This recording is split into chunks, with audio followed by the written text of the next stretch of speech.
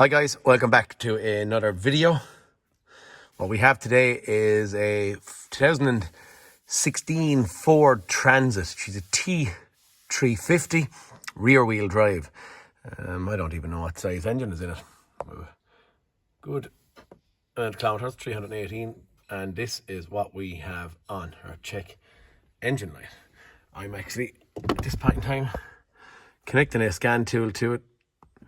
And I'm going in to see, man says that he has, he believes like a bag of chains noise coming from underneath the car or the van while he's driving, but he's hearing jingle, jingle, jingle. So look, what is jingle, jingle, jingle? I haven't even drove the car, I just pulled it in out of the yard, but for now, what we're going to do is just have a little fast look and see what faults we have. Okay, we have three stored in here. A P00BD exhaust temperature sensor circuit, intermittent bank 1 sensor 2. P00BD mass or airflow A range / performance airflow too high current DTC. And then we have P0299 turbo / supercharger underboost pending, warning lamp on. So this is going to be us turning on our check engine light at this point in time. Well, I'm suggesting these. I'm not probably going to right now look at this. What I'm looking at is a bag of chains, rattling noise, whatever he's calling it. And I'm going after that to see what the story is. Right, we're going to think about it logical. So we'll get into a bit of detail here. Mass or volume airflow A. Alarm it off my phone. Mass or volume airflow A. Circuit range / performance. Airflow too high. Okay.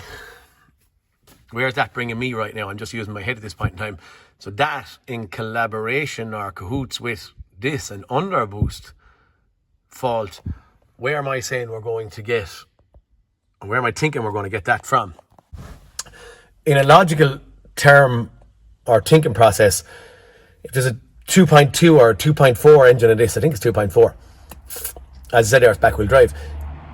If that engine is a certain size, well, there's a certain volume of air going to go in at certain speeds. So at idle, we'd say 1000 RPM, we'll say we're going to have 16, 18 grams of air per second.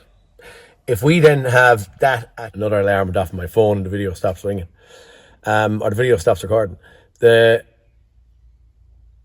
At 4000 RPM, we're going to have 4 times that volume, in theory, with the EGR valve closed.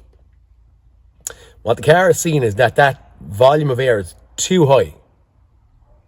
Now, if we did an air leak after the airflow meter and before the turbo, our airflow numbers will be down. If we have an air leak after the turbo on the pressure side, so boost pipe out as far as the intercooler back in as far as the intake manifold or around the intake manifold, there's air leaking. The turbo being spun or spooling and creating pressure would give us a larger volume of air because the engine can only get in so much air. That makes sense? So right there, what I'm seeing, my airflow numbers are too high without even looking at anything else, and I have an underboost. I'm going to go out here, I'm going to go inspecting, and I'm going to go looking for possibly what I'm thinking right now is, have the bonnet open, is maybe an intercooler leak or something along those lines. First thing I'm going to do is just do an observation to see if no, I was only looking, this thing is coming loose on top of my airbox, to see if I can see it. Now, I'm not concerned with here to here, because as I said, an air leak in here would mean unmonitored air. So the numbers from the airflow meter would be down rather than up.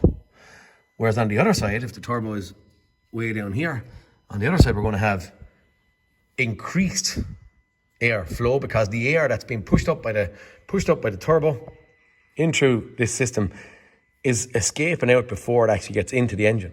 So that's the only way in my mind anyway, that engine is going to take more than what it can. If that makes sense. I'm just doing a little bit of a scout while we go off. What I do see, there's an intercooler pipe down here. Oh, it looks quite dry. But over here, I don't know, I see a bit of wet on that. Might get underneath and just have a little scout. Okay. Alright guys, you're coming with me. Oh, crikey. Okay, what am I looking at? Right here, and this was fast and easy, wasn't it? It doesn't really constitute a video, but sure, someone might like to see it. I can see it drowned wet around here, and what I see, I'm hoping, does that make?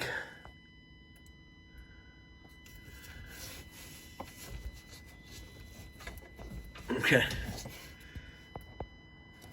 That's just coming from the turbo out, down, around, leaning on to the intercooler. A little bit wet around here too. The rest of it seems dry. Okay. I'm gonna go try and order one of these things and see what we're up against. Okay guys, I have rang the dealers. This little piece of pipe doesn't come separate. That comes with it. So anyway, they had it in stock. So it must be a fairly common part to fail. We'll get this thing in. It's only a short, fast, and easy one. That's what we have.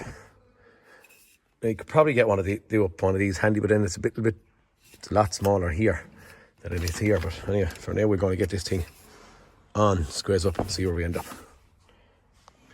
Okay, pipe pulled off. Okay. Just like that. Okay guys, nice new pipe stuck in. Start her and see where we go. We'll clear a few faults back and give her a spin. That was a nice kind of a handy one. Sometimes it's nice to get a nice handy one, isn't it? Just purely, I don't know, sometimes this trade can be tough enough task at times. But yeah, we go again. Codes menu. It wanted me to cycle the key off and on there, so we're actually doing that. Okay, right, we'll give her a spin, see what it sounds like, and follow up in a second. Okay guys, we're at the minute for a 4 or 5 mile drive. I'm just going to have a little fast look. I don't think there's any need, this is obvious. We found a problem. What I do find in this game is if you find an obvious problem, that kind of means that the car is going to be fixed. Most of the time. Maybe not all the time, but most of the time. For now, yeah, look, I don't know. This is not a great video, but what I'm going to point out on this occasion is that on Fords, airflow numbers above what they should be, generally you're going to have an intercooler pipe split or a leak of some sort, because the engine can only ingest as much as it can ingest. So if it's above, it's going somewhere. On Fords anyway, definitely. Whatever about other stuff, don't know, but for now anyway, guys, please like and subscribe and give me a thumbs up if my stuff is any good to you, and if not, give me a thumbs down. And yeah, neither here or there. All I'm doing is trying, and hopefully you're enjoying it. Guys, talk to you soon. Thanks. See you next cartoon, lads.